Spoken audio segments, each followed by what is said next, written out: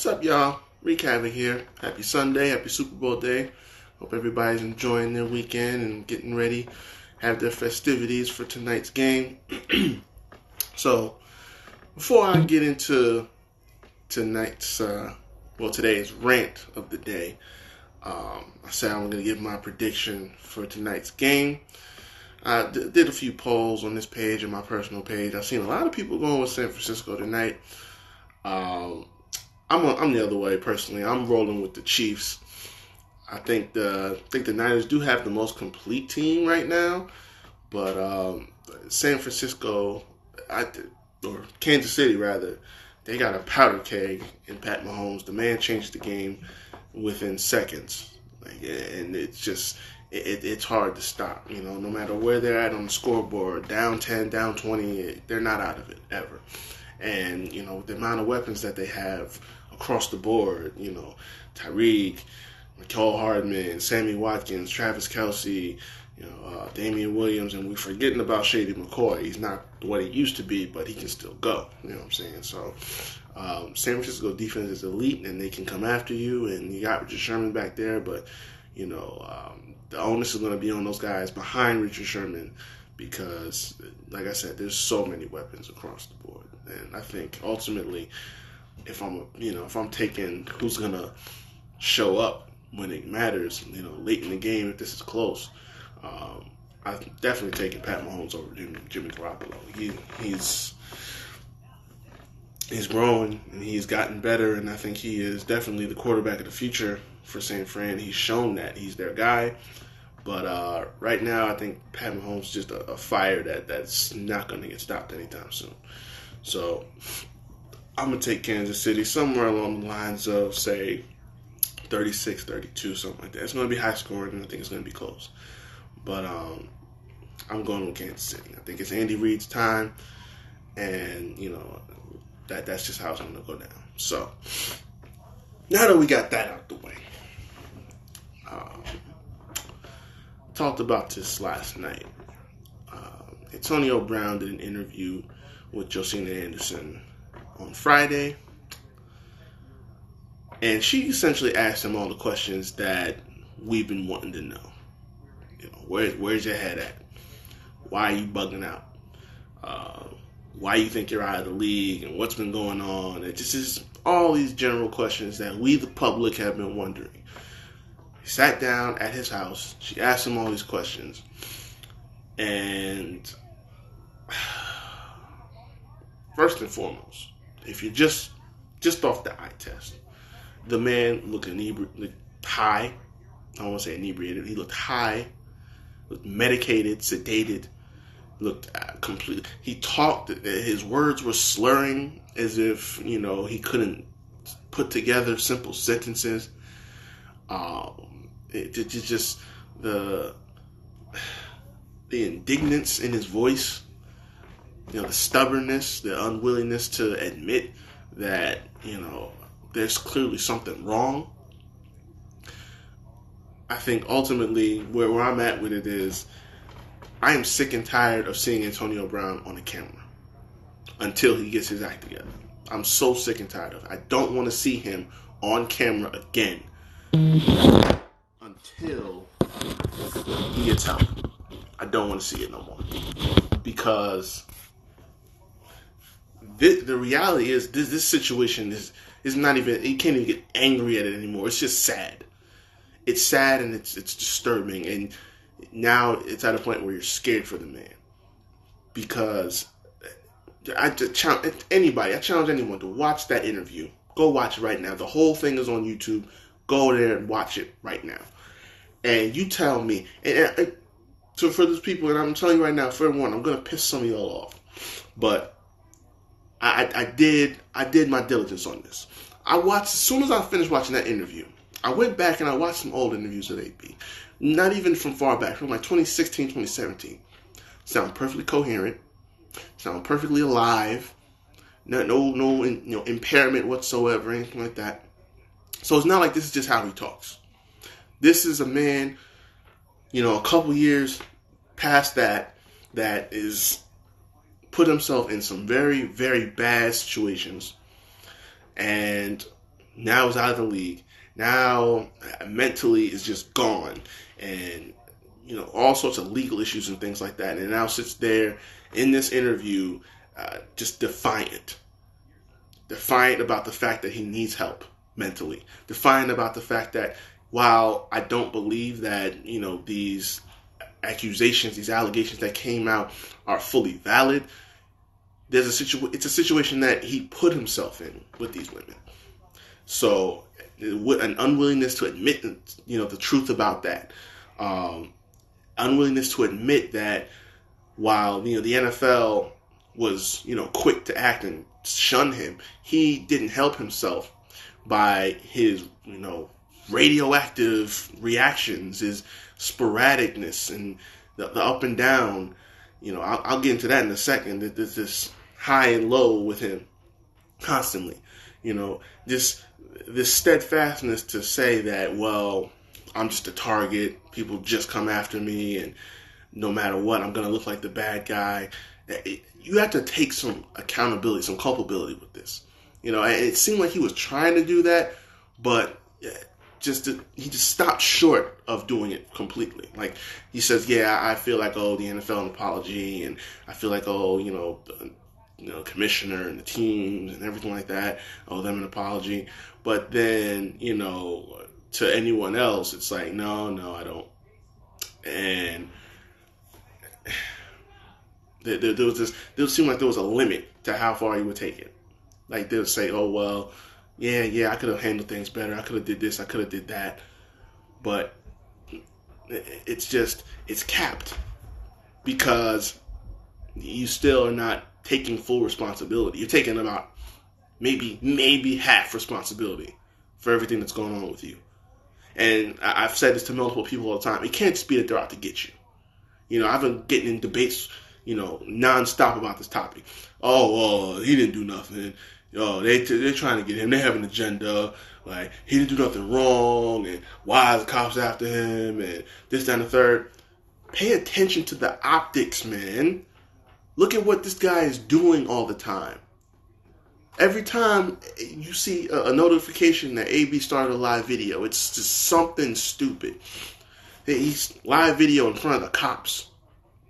They're outside your house. One of your kids is out there, and your child is running around out there, and you're cursing out the cops belligerently, yelling loud. Your neighbors apparently have had enough of you because apparently this isn't the first time this is happening. Like, this is becoming a habit. So it's excuse me. So this is becoming something that is regular. So whatever it is, that whether it's cabin fever, you're getting stir crazy at home because you're not playing football, that doesn't excuse the fact that most people don't act like this when they're not in their element. So that's something personal. Yeah, it's unfortunate to be away from something that you love, but that's why you have outlets. And apparently he's trying to create one with doing a rap album or something like that, and performances. Nobody care about that. You do that, that's what you want to do, fine. But then at the end of the day, you're still acting out. I'll go as far back to Pittsburgh. And I was with him about the whole Pittsburgh thing. I was with him on that. Because there's a power structure there with Ben and the owner and everything like that. And, Mike Tomlin just chose Ben over everyone else. That's why he left. That's why Bell left. It's just the way it goes. You know what I'm saying? Apparently Ben is untouchable. And he is just as responsible as anyone else for AB's departure. So I was with him there. Then you get to Oakland, and that's where it all started. And that's when I started getting into debates with people, because it's like, you brought up this grievance about a helmet. You had 7 years to get it together. You had 7 years notice that these rules were going to be put in place. These are bylaws by the NFL. These aren't like rules that the general manager put in place or the coach put in place. It's above their heads. And you had 7 years to get that together. You chose not to, and now you wanted to start a grievance about it back this past summer. That was number one. Then the cryotherapy thing happened. Frostbitten feet that you showed everybody. That took you out of practice for a while. And then on top of that, missing all that time in training camp and your unwillingness to show up over this helmet issue, Mike Mayock finds you, and now you want to go ballistic, and now you want to start showing up, yelling, screaming, and calling. He says he didn't call the man out his name. It's on public record that you were cussing at him, calling him a cracker, all kinds of stuff, just making a whole scene over the fine. If you are just defying, a mandate, again, by the league, not the general manager, the league, if you are defying that blatantly and just telling them, well, F you, I'm just going to do what I want to do if I'm coming to practice, you damn right you're going to have a fine coming your way. That's logic. Deal with it. You want to act like a child about it. So that happened, threatening to put hands on him, and ultimately that expedited your process of getting released. And then you made a video about that. You stood up Jon Gruden when he asked to meet with you.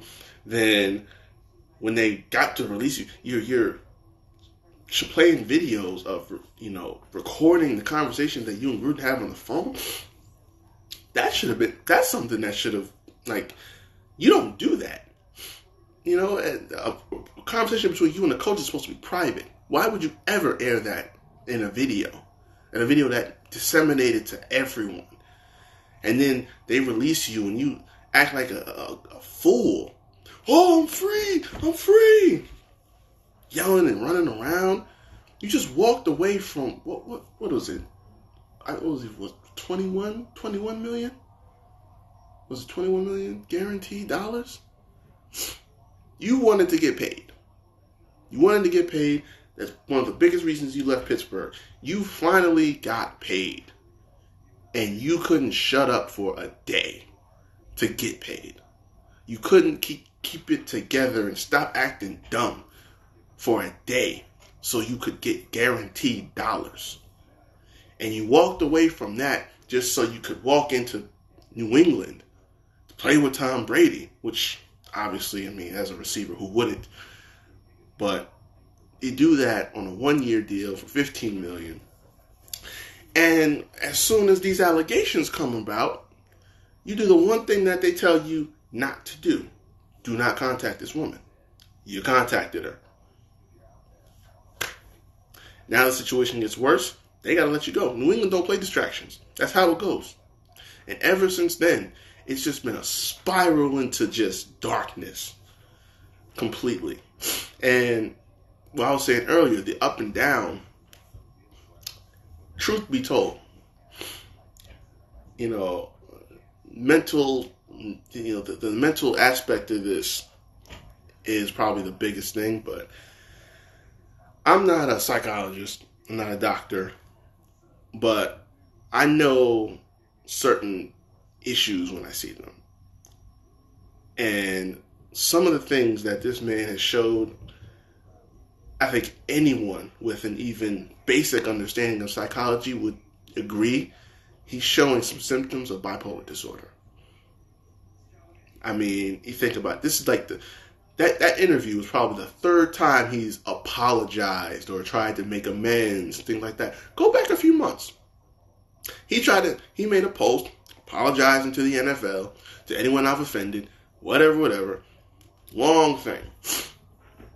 Then turn right around and say, oh, fuck the NFL. I don't want to play anymore. They think they can just use me and use my body up and not do anything for me. Not support me. Then, all this stuff with all this nonsense with Juju. Showing screenshots. This is a guy that looked up to you. This is a guy that was, coming to you as a young receiver, trying to learn from you. That wanted you to take him under his wing. And just because he was named team MVP last season, you wanted to make a whole scene about that in Pittsburgh. Make all this drama about it. And it's like, how's that fair to him? You know, he didn't do anything wrong. He didn't do anything to you. And you just blasting him on social media. Now, apparently, he made some post the other day talking about it's all love. And Juju said, look, if it's all love, unblock me and let's talk about this. But he's not going to do that. Because, again, he doesn't feel like he's wrong. But this is what I'm talking about. This up and down. I feel like the man has bipolar disorder. Again, I'm not a doctor. I'm not saying it on record. I'm not, trying to diagnose the guy. I'm just telling you what I'm seeing. It looks like this guy may be suffering from bipolar. I don't think he says he doesn't have CTE. He don't know. He really don't know. And if you look at, I'm telling you, watch this interview. The way he's talking, you could honestly make a case he might have CTE. Now, I do agree. Like he said, he hasn't taken a lot of big hits. There was that hit, against Vontaze Burfict. But sometimes that's all it takes. That's really all it takes. And it doesn't have to happen right away. She told him in the interview, it's just, there's early stages. It can start slowly. So, he could. It's not like it's impossible. All it takes is one solid hit. Right up here. But that's just one side of it. I think he may be bipolar. And just look at the posts and watch the timeline of it. It goes from, I'm sorry, I apologize, I'm emotional, and I miss the game, I miss football, whatever. And then within a day or two, or even a week, oh, the NFL, y'all, this, that, all of y'all can, just go somewhere, everything like that. Ain't nobody doing nothing for me, blah, blah, blah. Like, that's a bipolar person. It is. And he doesn't want to admit that he needs help. And, as much as, that's on him as a man to be able to say, listen, I do need help. I do need to see somebody. I got beef with ESPN about this. And that's going to be a little touchy topic, but I don't care. Josina Anderson does some phenomenal work for the network. So this isn't necessarily directed at her. But ESPN went fishing for a story. Antonio Brown, I guess, decided he was willing to talk to some people because obviously he wants to repair his image. He needs to repair his image as soon as possible because the days are going by. That bit of money that he was getting, isn't staying anywhere because obviously the lavish life he's living, it's pretty expensive. And if you don't got money coming in, you got to start looking for some ways to supplant that. So, obviously, he's doing his best to repair his image. Well, trying to repair his image. But ESPN went fishing for a story. And this was not the right time to get it. Talk to him when he does get help. I think you just put him in a position to sabotage himself. He did not need to be in front of a camera. Whether he was sedated before it, whether he was just high or whatever. The man, he does not look there. He did not look at his eyes, the way he was talking, the way his eyes, the way his face was moving, everything like that. The man did not look in his right state of mind. And y'all sat up there and did an interview with him and just gave him all the ammo to blow himself up on national TV. That's embarrassing. And ESPN should have did better than that. That's disrespectful to him. And I'm not certainly about to be one to come to his defense right now because he's doing this to himself. But for y'all to go fishing for this story and just jump on it just because he was open and willing to sit down with y'all, that was wrong. That was so wrong. And again, this is not to get on Josina Anderson. Again, she does great work for ESPN, and it's not a personal thing. But that man did not need to be interviewed. That man did not need to be spoken to. He needs to talk to some people that are going to help him. Not some people that are going to keep asking him questions that he's clearly being defiant and less than truthful about. the best that he's going to offer you is, I could have handled things better and I could have used my emotions better about this situation and that situation. Okay, that's great. But you talk about the fact that you just acted like a child for the better part of 6 months. And you keep going on Instagram and showing all this nonsense that you're getting yourself into. And you don't want to own up to that. But you just could have handled things better. The only people he needs to be talking to right now is someone that wants to be positive and get him the help that he needs. He did not need to be in front of the camera. He did not need to be on TV. He did not need to be on ESPN. Because I guarantee you, in the couple of days to come, by tomorrow, they're going to be talking about all over the circuits. Fox Sports, ESPN, everything like that. They're going to talk about this interview, and they're going to say, wow, this guy is really a mess. And that's not fair. That's not fair. Again, I'm not coming to his defense, but it's not fair to him. Because they should not be able to sit up there and say, oh, wow, this guy, they're going to condemn him completely. And it's not fair. Not at all. So he needs to get help. He needs to stop trying to find other people to blame. Because that's what it came down to. That's why I said he barely took half responsibility for it. Because he kept finding someone to blame for other situations. At the end of the day. Are you were you being potentially extorted? Maybe you are. I'm sure most of us would agree that's probably what it is. But you don't accept any responsibility for it. And, you could have handled things better. You damn right you could have handled things better. You could have shut your mouth for once and stop making a scene. Stop acting like a prima donna. Like, you saw a fire and you kept pouring gasoline on it and then got mad when you got burned. That's not okay, bro. It's not okay. So he needs to really come to grips with himself. Somebody around him, and that's another thing too. I don't know what people he's got around him right now, but they need to be fired. Because whoever's in his ear has been just enabling him or getting him high or egging him on. Whatever they're doing, it's not positive right now. He needs a better center of influence. Because whatever is around him right now is leading him down a dark path to some very dark places. He hasn't quite hit rock bottom yet, but he is making his way down. So he has to come to grips with it, surround himself with a better circle, and get the help that he knows he needs. And you got to do it. You got to cut off the social media. Turn off Instagram. Turn off all of that. Stop, doing all this extra stuff. You see now, all of a sudden, he's making all these posts. He's in public, getting in the public eye and things like that. He's with Rick Ross and Kevin Hart and everything like that. Today, he sent an apology to one of his baby mothers. I mean, bro, stop it. Stop. Just go get help. Just go do that.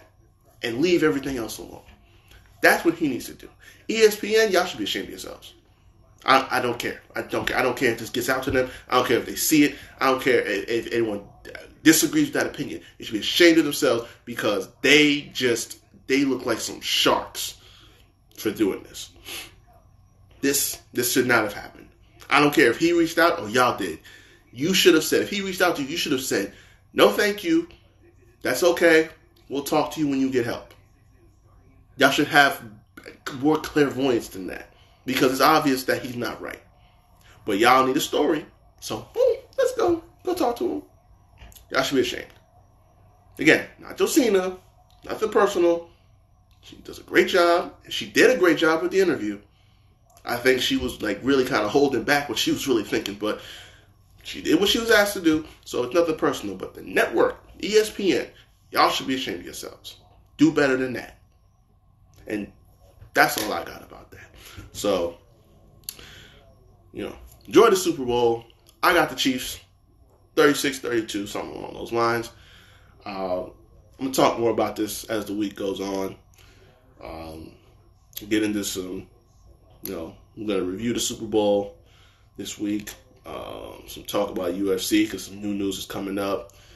And WWE, basketball, I got talk more about, the Lakers played the other day, first time since Kobe passed. And, Yeah, I got some stuff to cover. I got some catching up to do because I know I said there's a lot of stuff coming, and it's time to get it done. So I'm gonna talk to y'all later on in the week. That's my rant. Enjoy the Super Bowl. I'll holler at y'all later. Wreak Havoc out.